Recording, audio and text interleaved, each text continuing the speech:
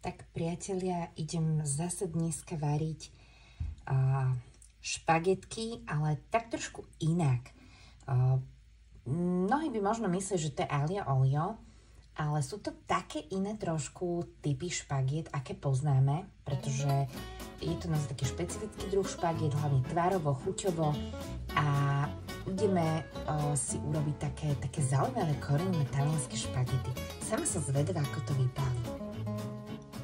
Pridáme olivový olej. Ešte kým mi zovrie olej, tak poviem, čo k tomu budem potrebovať. Petržlenovú vňať, budem potrebovať špagety, teda dali sme olivový olej. Nasekaný cesnačik, ten cesnačik tam za chvíľku dám, ale treba na neho dávať pozor, aby sa nepripálil ani s horkou. Potom tam dáme špagety, potom dáme korenie. No a nakoniec som si prichystala pravý taliansky sír, ale pecorino, to znamená, že tento sír je taký zvláštny, ak ho poznáte z ovčieho mlieka, tento konkrétne, čo mám ja. Takže tak. Tak a už tam mám špagetky, ktoré sú trošku také iné ako bežné špagety. Oni sú aj chuťovo úplne iné tieto.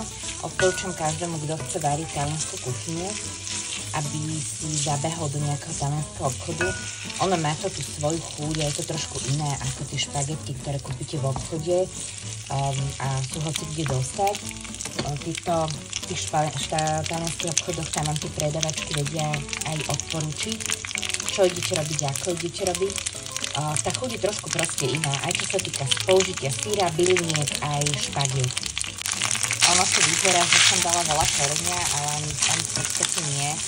Mám rada, keď to má správnu chuť a je tam toho celkom viac, takže nakoniec na tanieri, lebo toto nebude o nejakých hodne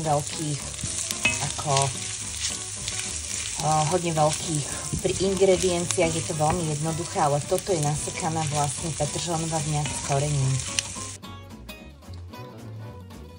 Volá sa to zasnežený snehuriak.